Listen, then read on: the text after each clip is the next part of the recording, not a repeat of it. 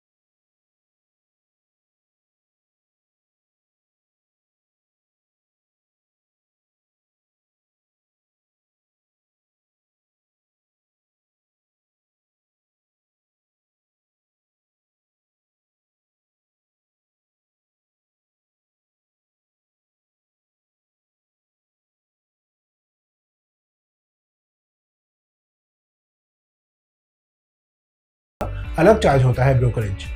ये निर्भर करता है ट्रेड और उसके फ्रीक्वेंसी पर। इसके अलावा अब बात करेंगे सिक्योरिटीज ट्रांजैक्शन टैक्स के बारे में। इक्विटी डिलीवरी ट्रांजैक्शंस के केस में 0.1% होता है। बेचने पर भी ये इतना ही होता है। इंट्राडे में खरीदने पर कोई एसटीटी नहीं लगता, लेकिन बेचने पर 0.025% लगता है। फ्यूचर के केस में एसटीटी नहीं लगता है परचेजेस पर, लेकिन बेचने पर 0.017% लगता है टर्नओवर पर। ऑप्शन के केस पे खरीदने पर कुछ नहीं लगता है, लेकिन बेचने पर 0.125% लगता है।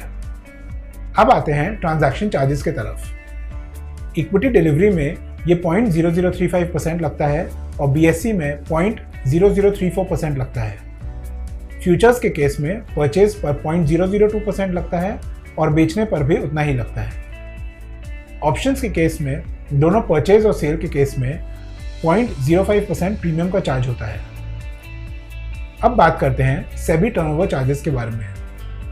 इक्विटी डिलीवरी और इंट्राडे के केस में सेबी टर्नओवर चार्जेस नहीं लगता है। फ्यूचर के केस में 0.0002% लगता है दोनों खरीदने और बेचते समय।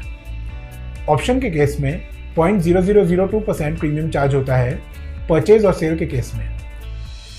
अब स्टैंप ड्यूटी के बारे में बात करते हैं।